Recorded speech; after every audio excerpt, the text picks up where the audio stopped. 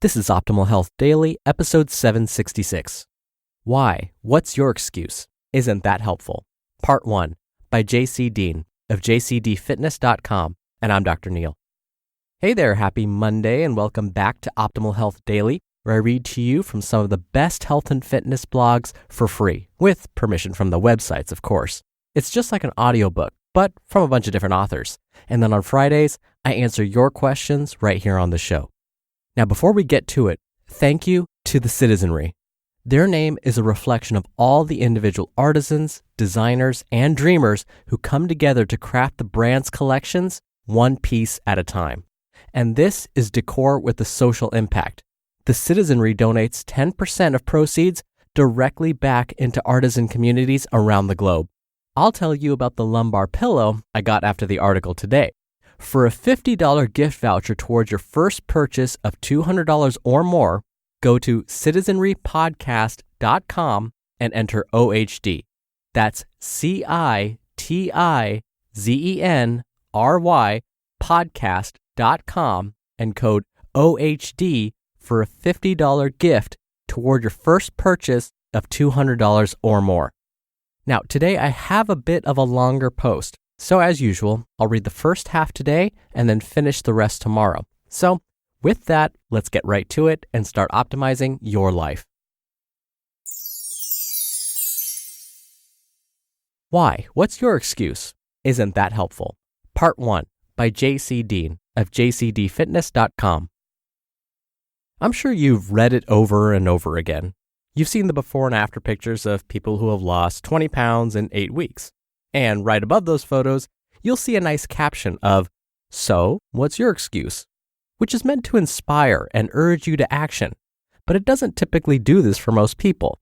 Instead of spurring you into action, it just makes you feel badly, like all of the effort you put in isn't good enough, or you're just not cut out for improving your body and getting into better shape. When someone shoves before and after photos in your face and asks you what your excuse is, it's not really helping you uncover the root of your inaction. I mean, let's face it, if you're not getting the results you want with your training and diet, there are a handful of things that could be going wrong. Something is wrong, but what do you fix? It could be a problem with inaccurately tracking your intake. It could be that you miss your training sessions consistently. It could be that you make all these plans to get it done, but by the end of the day, you're just spent from all the other obligations in life. There are a bunch of reasons to blame for why you may not be getting the results you want. You can even call these excuses if you want to, but that's not entirely helpful. Not at least until you understand the reasons why you have these so-called excuses.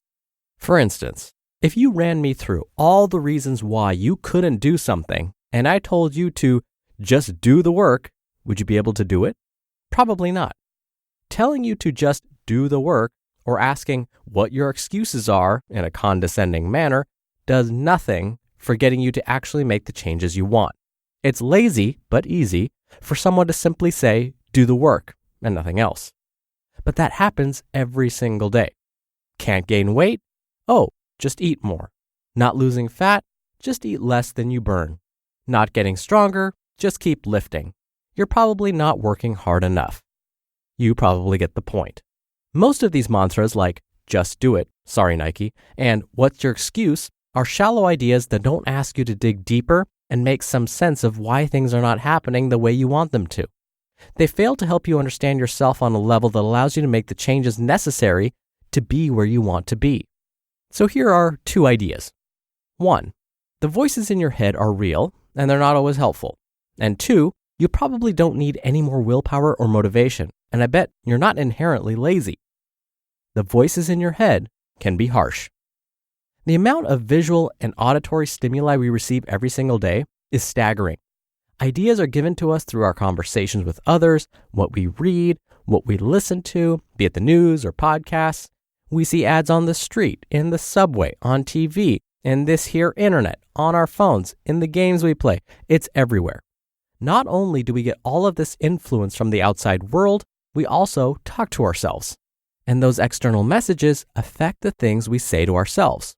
And many times that voice, also known as self-talk, is not so kind.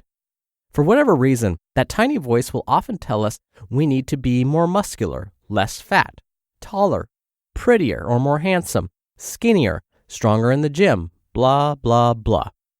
Many of those messages are negative by default because they focus on all the supposed flaws, and they tend to remind us over and over about what we don't have or wish we had. Quick question. Would you dare say the things you say to yourself to a close friend or a stranger? If not, this should be a sign that it may not be best to say these things to yourself. I'm not sure why, but humans have this odd trait of focusing on the negative and forgetting all the positive stuff. So when we feel like we need more muscle, the thought process tends to be in a negative frame. Something like, ugh, I'm so small and weak. I wish I had more muscle, but it's just so hard. I just don't have what it takes. It would be much more useful if the narration in our heads went something like this. I might be small and weak now, but I won't be for long. I'm training hard. I'm eating right, and I will stick to that process until I'm bigger and stronger than ever. As you just heard, there's a stark contrast in the things you have the possibility of telling yourself, but we tend to default to the negative mode. A trick you can perform on yourself every time you have a negative thought, or any thought really, is to play devil's advocate and say the exact opposite to yourself. This is especially useful if you're used to saying negative things to yourself. Here's an example. Let's say your negative thought goes something like this. Exercise is too hard. I hate going to the gym because I'm never going to be the size I want to be.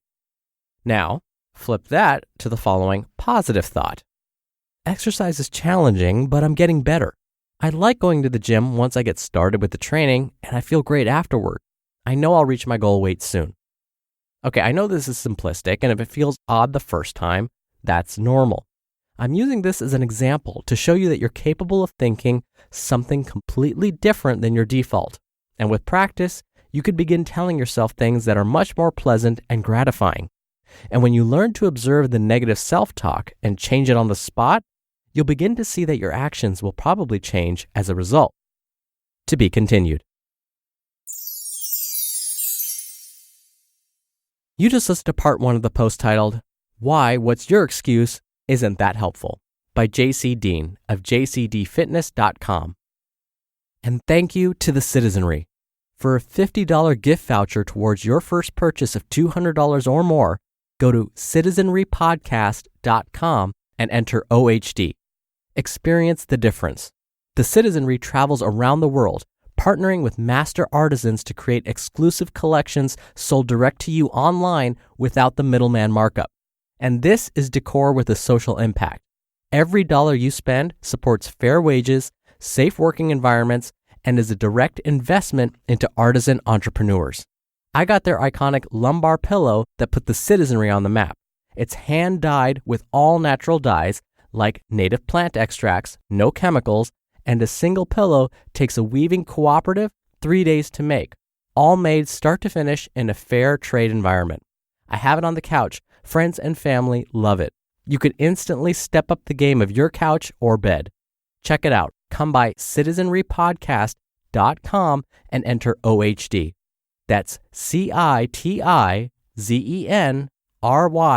podcast.com and code OHD for a $50 gift toward your first purchase of $200 or more. Dr. Neil here for my commentary. There was a time when folks would tie a rubber band around their wrist, and any time they had a negative thought, they would snap that rubber band. Well, guess what would end up happening? And you probably guessed right. People will stop using that rubber band. Why? Because no matter what, people don't like pain. And so no matter what types of thoughts a person would have, negative or positive, that rubber band snapping would eventually stop, and the behavior would never change. This is a type of what we call self-punishment, and what we've realized is it doesn't work. Again, this is because people don't like to punish themselves. Punishment only really works when it comes from a level of authority, when it comes from somewhere or from someone that has control over you with real consequences. So think parent and child. A parent can punish the child by maybe grounding them and saying you can't have your phone for a week. That's a position of authority. But when it comes to ourselves and managing our own thoughts and behaviors, we're not so great at punishing ourselves. We could say we're not going to use our phone for the next week and punish ourselves that way, but guess what'll happen? We'll say, forget that. I'm going to go ahead and use my phone anyway. So what we need to do instead, as JC so perfectly outlined, is restructure or reframe the way we think. Instead of being negative, let's try and focus on the positive. Now, that doesn't mean we accept who we are and just say, well, I'm never going to change. That's my way of positive thinking. No, just know that we always can improve, but we don't want to harp on the negative all the time. We can focus on the things that we have been doing well and use that as motivation to keep us going. And I've said this on the show many times before. When we look at Dr. Sean Achor's work, especially when he looks at happiness and positive thinking, when you train your brain to focus on positive things, you actually completely change your life experience. Because what he says is you train your brain to focus on the positive. You're actually retraining your brain to focus on the positive things instead of the negative. And what we're learning is that has not only profound effects on motivation, but profound effects on your overall health and wellness. All right, that'll do it for the Monday episode. Thank you as always for listening. I hope you have a wonderful start to your week, and I'll see you back here tomorrow where we'll finish up this post and where your optimal life awaits.